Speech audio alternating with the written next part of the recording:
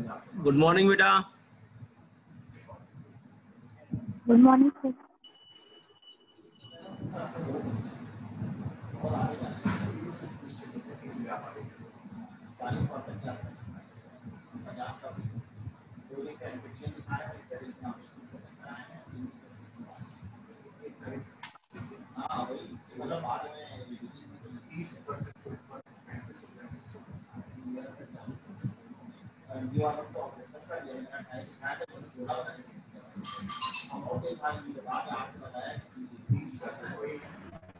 बेटा हम लोग प्रॉब्लम इन एसआरएस के बारे में डिस्कस कर रहे थे, क्लियर है?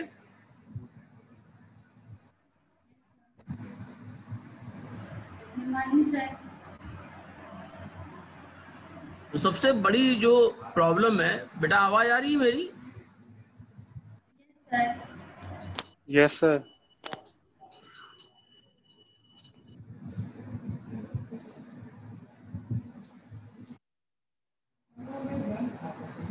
तो कंप्लीट रिक्वायरमेंट गैदर करना ये सबसे बड़ी प्रॉब्लम होती है, क्योंकि रिक्वायरमेंट लगातार ऑल्टर होती रहती है, चेंज हुआ करती हैं। इसलिए आप कहिए कि कभी भी आप यूजर से कंप्लीट सेट ऑफ इंफॉर्मेशन ले लेंगे, उसके बाद प्रोजेक्ट स्टार्ट करेंगे, तो आपका प्रोजेक्ट कभी भी स्टार्ट नहीं होगा। क्लियर है ना इतनी बात मेरी?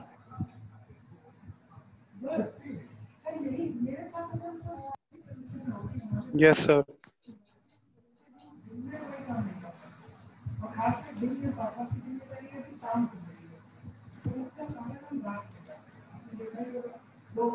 Requirement are continuously generated. Defining the complete set of requirement the starting is very difficult. शुरुआत में अगर मैं आपसे कह दूं कि आप सारी रिक्वायरमेंट बता दीजिए, तो जरूरी नहीं कि आप सारी रिक्वायरमेंट बता देंगे। तो सिस्टम को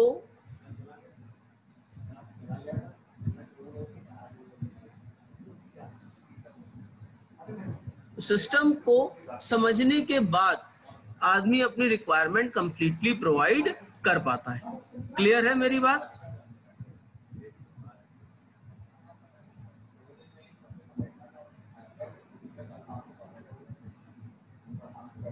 क्लियर है बेटा? Yes sir. क्योंकि अगर आप सोचोगे कि सारी चीजें आपकी इकट्ठी हो जाएं, सारे डिटेल आपको इकट्ठे हो जाएं, तब आप शुरू करोगे, तो आप कभी भी आपका प्रोजेक्ट स्टार्ट नहीं होगा। इस तरह से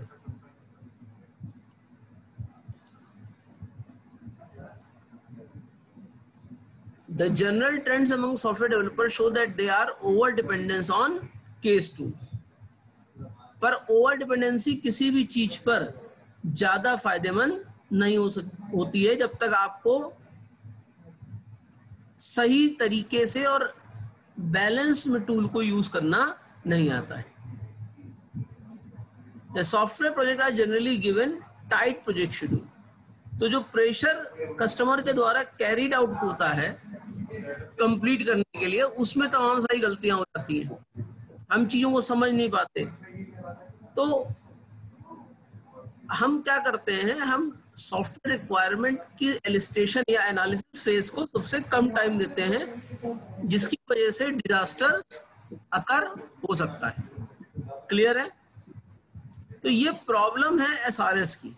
पहले over dependency on case tool, कि हम केस टूल का ज्यादातर यूज करते रहते हैं और रियल सिस्टम्स को समझ नहीं पाते, और ये सोचते हैं कि जो हमारा सिस्टम डेवलप करना है वो रियल सिस्टम से अलग कैसे होगा। तो इन सब चीजों को देखते हुए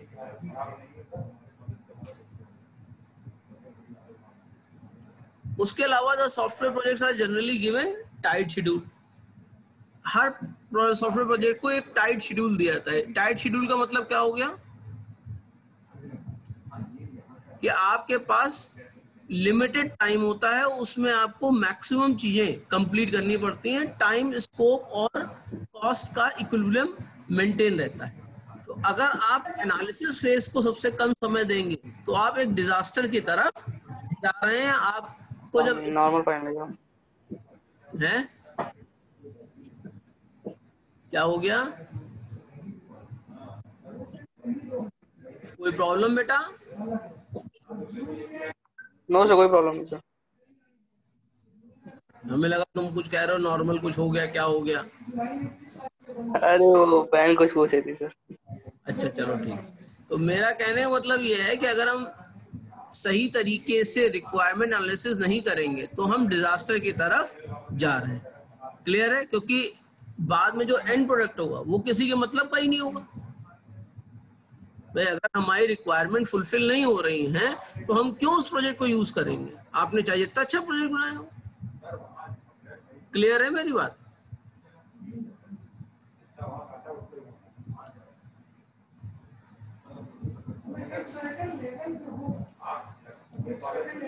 requirement engineering is a communication intensive, यानी रिक्वायरमेंट इंजीनियरिंग के दौरान आपको जितना ज्यादा कम्युनिकेशन कर सकते हैं उतना ज्यादा कम्युनिकेशन आपको करना है।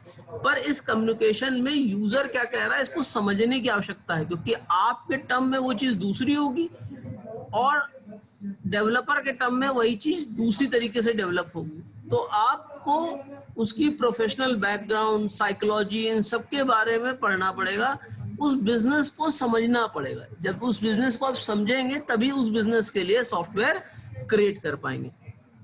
अगर आप उस सिस्टम को नहीं समझेंगे तो आप उसके लिए कभी भी सॉफ्टवेयर क्रिएट नहीं कर पाएंगे। क्लियर है मेरी बात? Yes sir.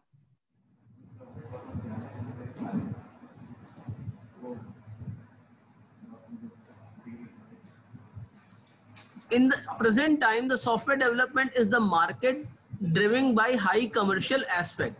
The software developed should be general purpose one to satisfy anonymous customer, and then it is customized to suit a particular application. यानी पहले आप एक जेनरिक सॉफ्टवेयर बनाते हैं, फिर उसको टाइमलाइन के अंदर करने की कोशिश करते हैं। तो ये काफी प्रॉब्लमेटिक टाइम होता है। इसको इस तरह से करने से काफी प्रॉब्लम हो सकती है। क्लियर है बेटा? Yes sir. क्योंकि हम लोग एक तरफ कहते हैं software is not manufactured, software is developed. यहाँ पे क्या हो रहा है, हम सॉफ्टवेयर को एक जर्नल एंटिटी की तरह क्रिएट कर रहे हैं, फिर पर्टिकुलर यूजर के लिए उसको कस्टमाइज कर रहे हैं। This will create a problem. Create है बेटा?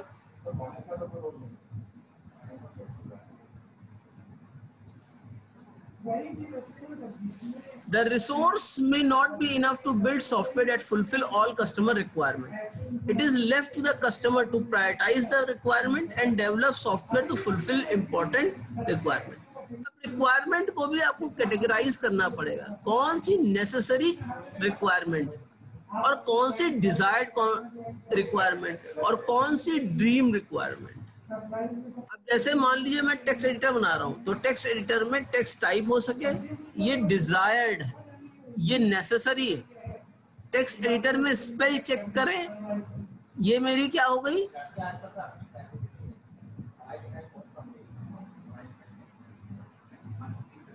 ये मेरे लिए रिक्वायरमेंट है पर नेसेसरी नहीं। और अगर मैं बोलकर टाइप कर सकूं तो ये मेरी ड्रीम रिक्वायरमेंट है। तो पहले अगर हमें है तो हमें पहले बेसिक रिक्वायरमेंट को फुलफिल करना पड़ेगा, उसके बाद धीरे धीरे हम अपनी डिजायर्ड और जो है ड्रीम्ड रिक्वायरमेंट पर जा सकते हैं। क्लियर है? कोई problem? No sir.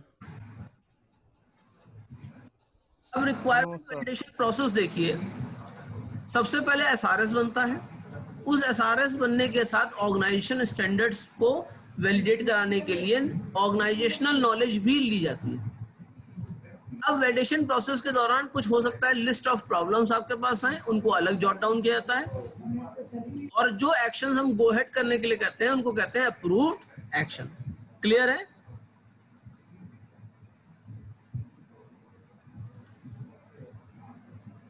Yes sir. Requirement review process, सबसे पहले आप प्लान करेंगे रिव्यू, उसके बाद आप अपने डिस्ट्रीब्यूट करेंगे एसआरएस डॉक्यूमेंट को सारे यूजर्स को, जिससे कि यूजर्स जो है एसआरएस डॉक्यूमेंट रीड कर लें और फिर उसमें से जो उनको लगता है कमी है या जो उनकी ड्रीम रिक्वायरमेंट है, जो उनकी डिजायर रिक्वायरमेंट है, जो उनकी नेसेसरी रिक्वायरमेंट है, उनकी एक लिस्ट बना दे। और लिस्ट बनाने के बाद हम एक मीटिंग रखेंगे जिसको कहते हैं ऑर्गेनाइज रिव्यू। हम रिव्यू कंडक्ट करेंगे, उसके बाद उस रिव्यू पे फॉलो अप एक्शन लेंगे और फिर से रिवाइज डॉक्यूमेंट प्रोड्यूस करेंगे, फिर से उस डॉक्यूमेंट करेंगे और तब तक चलते रहेंगे जब तक कि ये प्रोसेस हमारा कंप्लीटली रिवाइज ना हो जाए। जब हमें ये लगने लगे कि अब इसमें कोई अमेंडमेंट नहीं करना है, तब तक कि हम ये काम करते रहेंगे। क्लियर है मेरी बात? Yes, कोई sir. प्रॉब्लम इसमें? No, sir. तो रिव्यू चेकलिस्ट क्या होती है? रिव्यू चेकलिस्ट ये होती है कि रिडंडेंसी नहीं होनी चाहिए, कंप्लीटनेस है कि नहीं है, एम्बिग्विटी तो नहीं लाई कर रही है, कंसिस्टेंसी है, इसका मतलब जिसकी मीनिंग जहां पर जो है वही सब जगह जो है रिफ्लेक्ट हो रही है कि नहीं हो रही है। दूसरा, ऑर्गेनाइज्ड फॉर्म में है रिक्वायरमेंट की नहीं है, और जो यूजर से हमने विल किया था वो कंफर्म हो रहा है कि नहीं हो रहा है। इसके बाद ट्रेसिबिलिटी, कि हमने जो जो रिक्वायरमेंट की है वो कहाँ कहाँ जो है ट्रेस कर रही है, वो कहाँ कहाँ मैच कर रही है हमारे जो है बनाए हुए स्टैंडर्ड से, that is called traceability. Clear है मेरी बात? Yes, sir.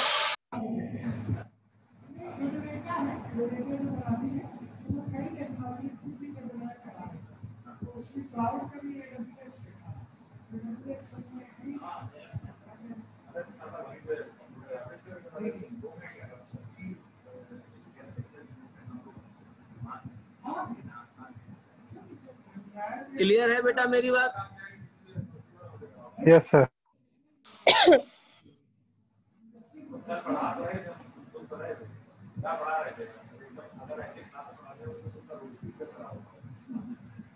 Requirement management, the process of understanding and controlling the changes to the system requirement is known as requirement management.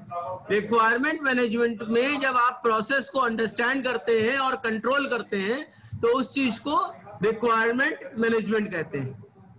Clear है?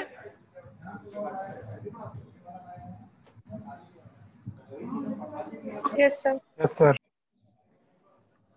अब एंड्योरिंग और वोलेटाइल रिक्वायरमेंट को आप दो तरह से भी कर सकते हैं, एक एंड्योरिंग रिक्वायरमेंट है, एक वोलेटाइल रिक्वायरमेंट है। एंड्योरिंग रिक्वायरमेंट में जो कोर रिक्वायरमेंट होती है, जिसके बगैर वो सॉफ्टवेयर उस पर्टिकुलर फील्ड का कहलाएगा ही नहीं, वो डिफाइन की जाती है।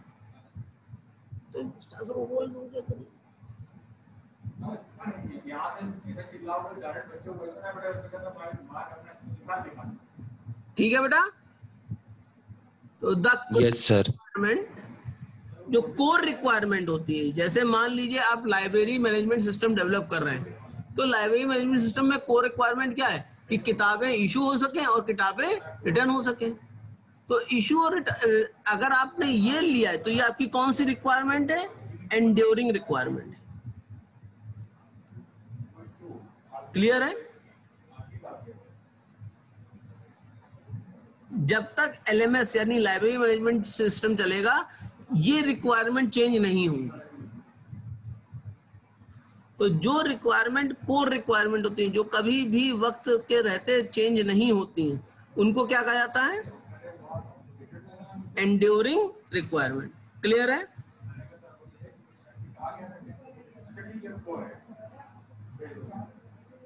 और वोलेटाइल रिक्वायरमेंट क्या होती है? जो लाइकली टू चेंज होती है during software development life cycle, उनको हम कहते हैं एंड्योरिंग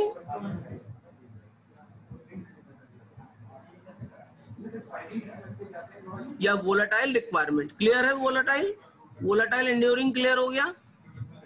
Yes, sir. कोई प्रॉब्लम तो नहीं इस चीज में? No, sir. अरुण कोई सवाल पूछ रहे थे? No, sir.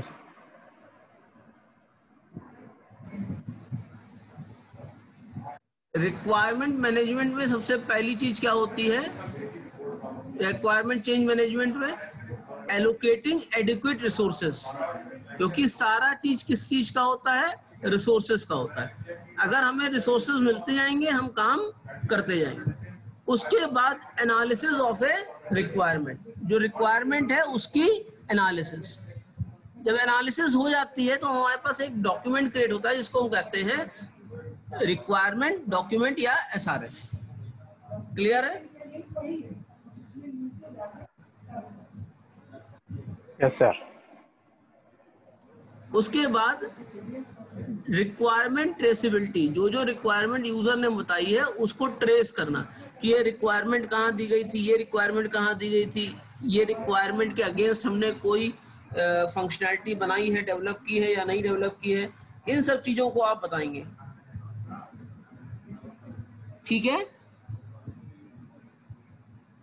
Then establishing the team communication. Team communication बहुत इंपॉर्टेंट होता है।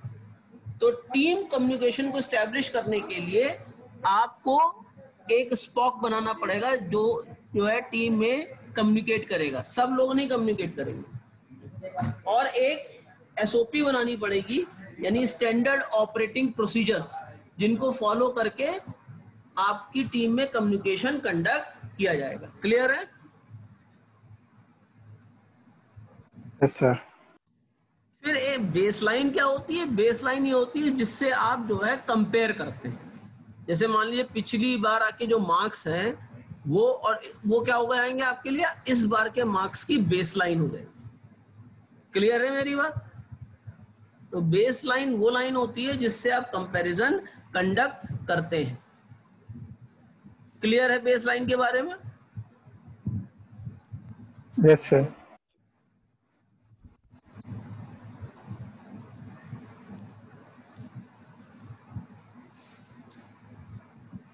Generally, the baseline may be a single work product or a set of work product that can be used as a logical basis for comparison. A baseline may also be established whose work product meets certain criteria as the basis for subsequent selected activities. जैसे होता नहीं है, जब आप कोई तैयारी करते हैं तो आप लोग जब एग्जाम की भी तैयारी करते हैं तो आप ये सोच के चलते हैं कि इतने चैप्टर हम इतने दिनों में कंप्लीट कर लेंगे। तो वो जो आपने सोच के रखा है, जो आपका फॉरवर्डेड चीजें हैं, वो आपकी क्या है? वो आपकी बेसलाइन होती है। फिर आप कंपेयर करते हो कि हम अपने बताए गए हुई चीज जगह से आगे चल रहे हैं या उससे पीछे चल रहे हैं। ऐसा कंपैरिजन होता है कि नहीं होता है? कि पिछली बार मेरे 74 मार्क्स आए थे, इस बार मैं 85% मार्क्स लाऊंगा तो मेरा परफॉर्मेंस अप हुआ, नहीं तो मेरा परफॉर्मेंस डिक्लाइन हुआ। Down. Yes, sir. 74 मार्क्स आपकी बेसलाइन हो गई कि नहीं हो गई? Yes, sir. जैसे जब आप लोग नए आते हैं तब हमें आप लोग की परफॉर्मेंस के बारे में तो मालूम नहीं होता है, तो जो इस तरह से रिस्पॉन्स करता है हम उससे उतनी ही उम्मीदें लगा लेते हैं। ऐसा होता ही नहीं होता है? कभी कहते सुना होगा पिछली बार तो तुमने ऐसा किया था, इस बार तुमने ऐसा कर दिया। तो जो पिछली बार है वो क्या है? Baseline. बेसलाइन है। क्लियर है? Yes, sir. Such activities may be attributed with a formal approval.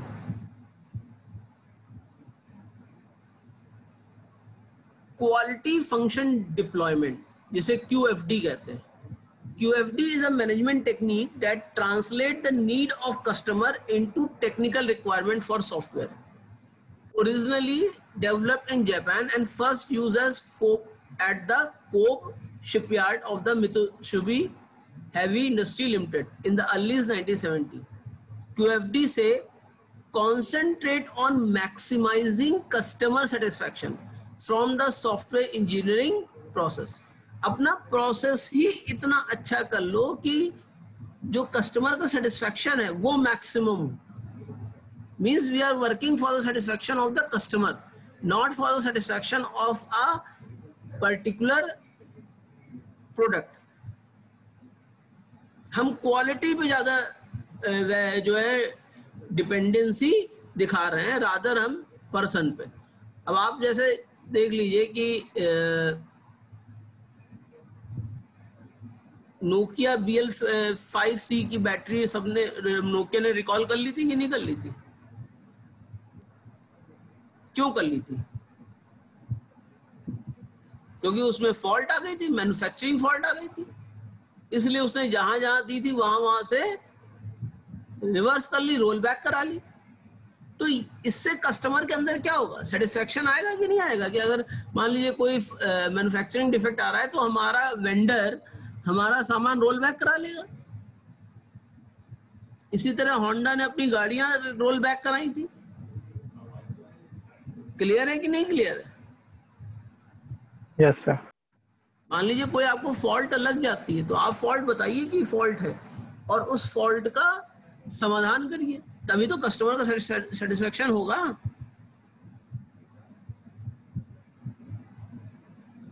To accomplish this, QFD emphasizes an understanding of what is valuable to customer and deploy these value throughout the engineering process. QFD identifies 3 types of requirement. Normal requirement, the objective and goals that are stated for a product or system during meeting with the customer. If these requirements are present, the customer is satisfied. The example of normal requirement may be requested: graphical display, specific system function, defined level of performance. यानी ये common चीजें हैं जिसको user देखना चाहता है कि ये हमारे सिस्टम में इनबिल्ट हैं या नहीं. अगर होंगी तो एक्सेप्ट कर लेगा और नहीं होंगी तो उसको एक्सेप्ट नहीं करेगा. That is called normal requirement. उसके बाद क्या होता है? Expected requirement. क्या हम एक्सपेक्ट कर रहे हैं, नहीं मिलेगा तो कोई दिक्कत नहीं, अगर मिल जाएगा तो हम ज्यादा हैप्पी हो जाएंगे. These requirements are implicit to the product or system and may be so fundamental that customer do not explicitly state. Suppose इसका मतलब यह होता है कि अगर आपने सिस्टम बनाया है तो वो करेक्ट आंसर ही आपको देगा, और अगर ये एब्सेंस होती है तो डिससेटिस्फैक्शन कैरी आउट होता है.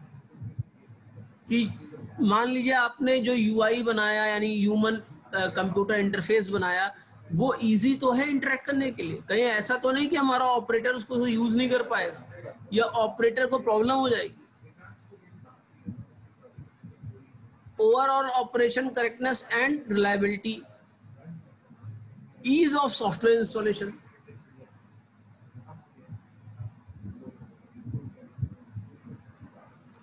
तो ये क्या है? आपके एक्सपेक्टेड रिक्वायरमेंट है.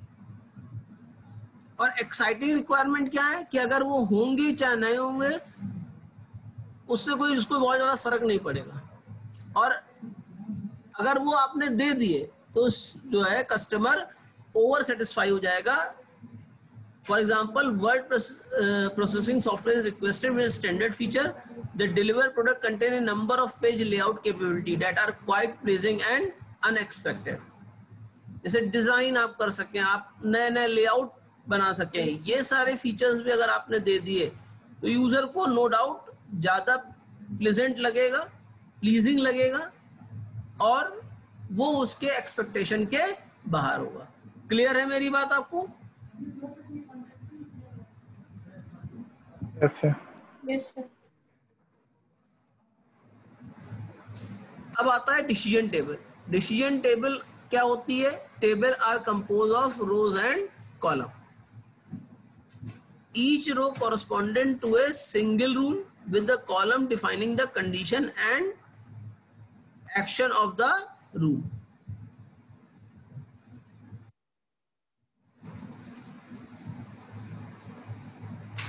Each decision corresponds to a variable related or predicted whose possible values are listed among the condition alternatives. अगर ये पर्टिकुलर ऑप्शन आता है तो मुझे क्या कंडक्ट करना है? X ऑप्शन आता है तो मुझे क्या कंडक्ट करना है, X अगर ट्रू होगा तो मुझे क्या करना है, X अगर फॉल्स होगा तो मुझे क्या करना है। हर तरह के एक्शन हम वहां पर डिफाइन कर देते हैं। तो इस तरीके से हम पूरी एक टेबल बना लेते हैं जो conclusive of all the records होती है। क्लियर है? Yes, sir. Yes, sir. Yes, sir. Many decision table include their condition alternatives that don't care symbol. A hyphen using don't care can simplify that decision tables, especially when a given condition has a little influence on the action. मतलब don't care का मतलब ये है कि अगर उसका कोई भी इफेक्ट आपके पूरे परफॉर्मेंस पे नहीं पड़ रहा है तो हम उसको डोंट केयर सिंबल से रिप्रेजेंट करेंगे, जो कि एक हाइपन सिंबल होता है। क्लियर है?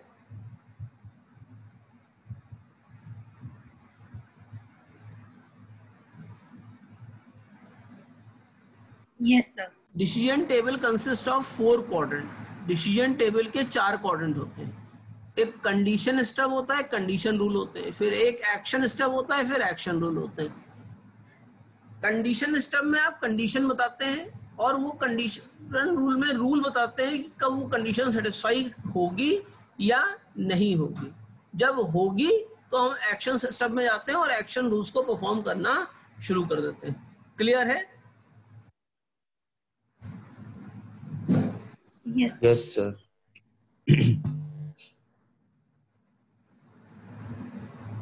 The condition state contains of the condition being examined. Condition entries are used to combine condition into decision rules. The action step describe the action to be taken in response to decision rules, and the action entry quadrant relate decision rules to action. तो condition state और decision state rules आपको समझ में आ गए होंगे। Advantage क्या होता है डिसीजन टेबल का? इजी टू यूज होते हैं, आसानी से क्रिएट कर सकते हैं।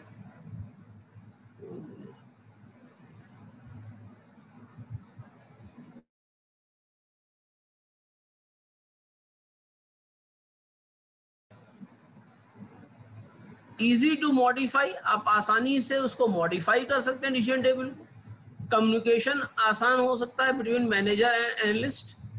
Decision rules are clearly structured, facilitated, more compact documentation, documentation is easily prepared. तो ये कुछ एडवांटेजेस हैं। सबसे बड़ा एडवांटेज ये है कि आप आसानी से उसको इस्तेमाल कर सकते हैं। कोई उसका बहुत बड़ा कोई फॉर्मूला नहीं है जिसमें आपको इस्तेमाल करने में प्रॉब्लम आए। क्लियर है?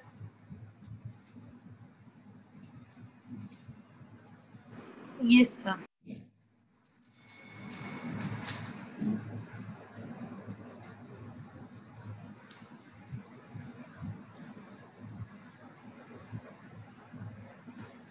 Disadvantage, cannot list all alternatives, क्योंकि कॉम्पैक्ट लोकेशंस पे आप कॉम्पैक्ट साइज का बनाते हैं डिसीजन टेबल, तो यस और नो होता है, ज्यादा ऑल्टरनेटिव्स आप उसमें डिपिक्ट नहीं कर सकते। दूसरा, we can't depict the flow, हम फ्लो को भी डिपिक्ट नहीं कर सकते। तो जब फ्लो को डिपिक्ट नहीं कर पाएंगे, ज्यादा ऑल्टरनेटिव नहीं डिपिक्ट कर पाएंगे, तो कहीं ना कहीं ये लिमिटेशन हमारे साथ हो जाती है जब हम इसका यूज करना शुरू करते हैं। Sometimes it is not easy to translate, कुछ समय ऐसा होता है जब आप इसको आसानी से ट्रांसलेट भी नहीं कर सकते हैं, समझ भी इनटू योर ओरिजिनल रिक्वायरमेंट। क्या रूल बनाना है, क्या सेगमेंटेशन करना है, वो आप आसानी से डिसीजन टेबल से नहीं कभी कभी समझ सकते हैं जब आपके डिसीजन बहुत कॉम्प्लेक्स होते हैं, जब आपको एक्शन बहुत कॉम्प्लेक्स एक्शन परफॉर्म करने होते हैं। तो ये डिसएडवांटेजेस थे। इन डिसएडवांटेजेस में कोई प्रॉब्लम आपको?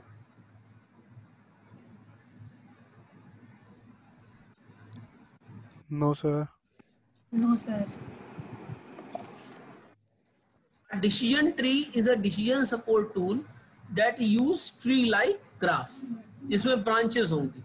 or model of decision and their possible consequences including chances, event outcome, resource cost and utility. The decision tree is a decision support tool that uses a tree-like graph or model of decision and their possible consequences. अगर x condition true होगी या तो true होगी या false होगी, true होगी तो क्या करना है, फॉल्स होगी तो क्या करना है, और उसका आउटकम क्या है, कितनी रिसोर्सेज लगेंगी, कितनी यूटिलिटी होगी, ये सारी चीजें आप डिसीजन ट्री के थ्रू डिफाइन कर सकते हैं. ये सारे टूल्स हैं जो आपको डिसीजन टेकिंग कैपेबिलिटीज के लिए यूज किए जाते हैं. क्लियर है इनके बारे में?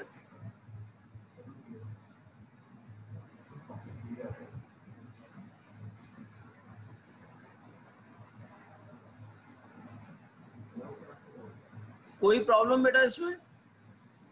No sir. No sir. No, sir.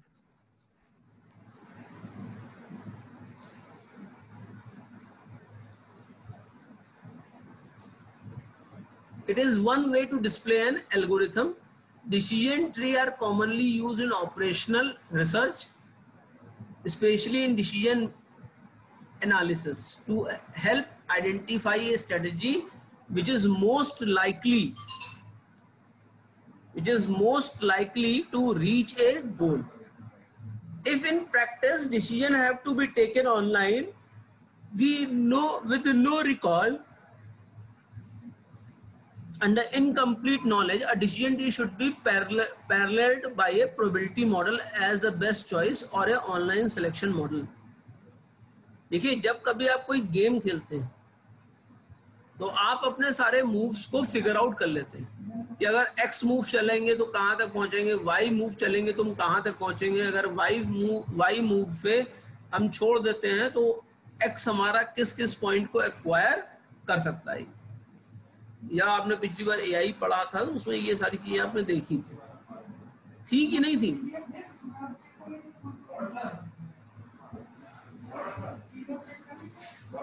Yes, sir.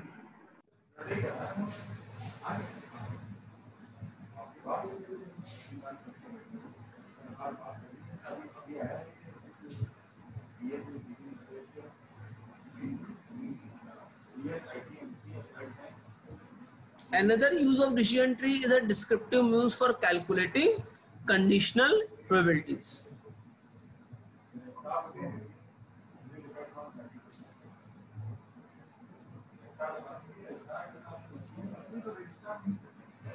Advantages क्या हैं?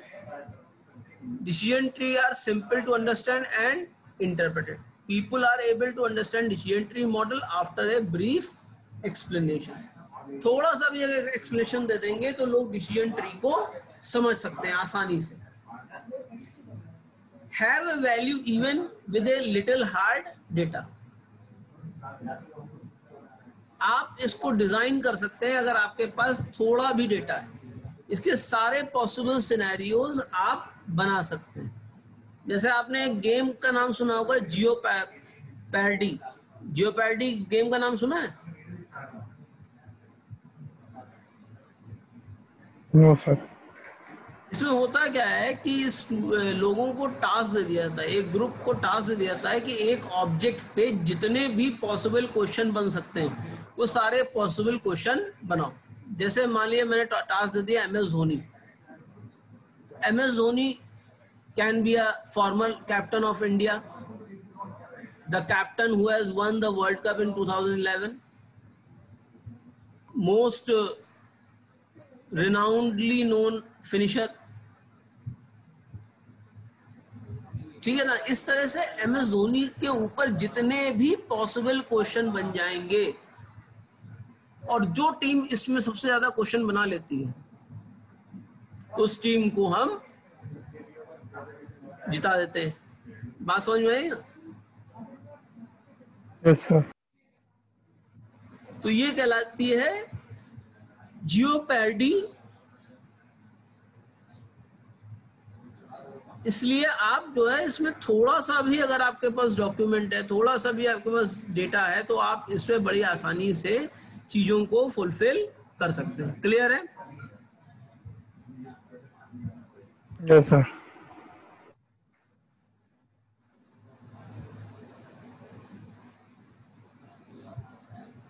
Worst and best and expected values can be determined for different scenario. It uses a white box model. White box का मतलब क्या? जो रिजल्ट आ रहा है वो कैसे रिजल्ट आ रहा है इसको भी चेक करता है। खाली यही नहीं चेक करता है रिजल्ट क्या है, रिजल्ट आया तो कैसे रिजल्ट आया उसको भी चेक करेगा। And can be combined with other decision technique. इसकी जो मॉड्यूलरिटी है, जो दूसरे के साथ कॉम्बिनेशन की कैपेबिलिटी है, वो सबसे ज्यादा है। क्लियर है बेटा? Yes, sir. तो आज फिलहाल इतना ही पढ़ेंगे, अगले क्लास में इसके आगे पढ़ाई करते हैं। अब तक कोई प्रॉब्लम?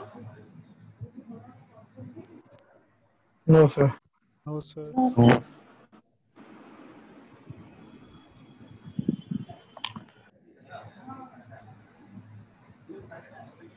ट्यूट सबने जमा कर दी है?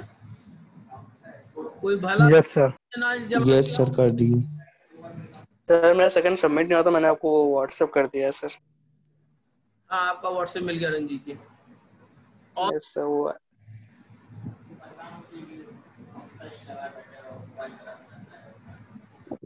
और कोई ऐसा व्यक्ति जिसने अब तक ना किया हो? Yes sir. सौरभ आपने नहीं की अभी? No sir. क्यों सर? सर टाइम नहीं मिल रहा थोड़ा, इसलिए। बेटा कर डालो। बस सर कर दूंगा सर, आज टाइम निकाल के सर। हाँ टाइम सर हमने भी नहीं की, आज सबमिट कर देंगे। बेटा टाइम हम भी नहीं अपने निकलता, आपको निकालना पड़ता है। ये सर वही कह रहा हूँ सर, टाइम निकाल के आज कर दूंगा। हाँ, क्योंकि देखिए हम लोग भी टाइम निकाला ही करते हैं कहीं ना कहीं। प्लीज, हम जब लोग बनाने में टाइम निकाल लेते हैं तो आप लोग करने में तो टाइम निकाल लिया करो। Yes sir, yes sir. कि डिले होती है, हमको भी बेटा मार्क्स चढ़ाने देता है, इसलिए कह रहा हूँ। आज मैं सर आज कर दूंगा। शाम तक के आपके क्विज शेड्यूल कर दूं, सरप्राइज। ठीक है, और आपको मैसेज मिल जाएगा। कल क्लास के दौरान हम उसको कर लेंगे, ठीक है? Yes, sir. मतलब हम करेंगे उसको क्लास के दौरान ही, जिससे कि आपको पता लग जाए। यानी क्लास खत्म होने के बाद जो टाइम हम लोग पास रहता है ना, उसमें हम लोग कंडक्ट कर लेंगे। ठीक है, उसमें तो कोई इशू है नहीं। उस समय तो टाइम भी निकल आएगा। क्यों है सौरभ? Yes sir. तो फिर कल पहला क्लास है, लेकिन शायद कल पहला क्लास मेरा ना होके शायद राम प्रताप सर का होना है। ठीक है, मेरा 4th क्लास होगा, तब 4th क्लास में मैं टेस्ट भी कंडक्ट कर लूंगा उसको। ठीक है, तो आपके 10 टेस्ट होने हैं, तो उसी हिसाब से फ्रैगमेंटेशन चीजें शुरू हो जाएंगी।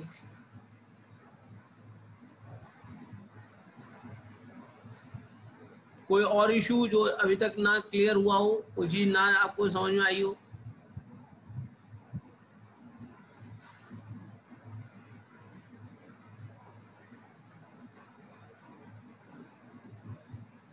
तो फिर मीटिंग क्लोज करते हैं।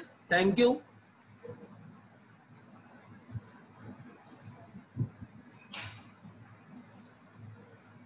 Thank you, sir. Thank you.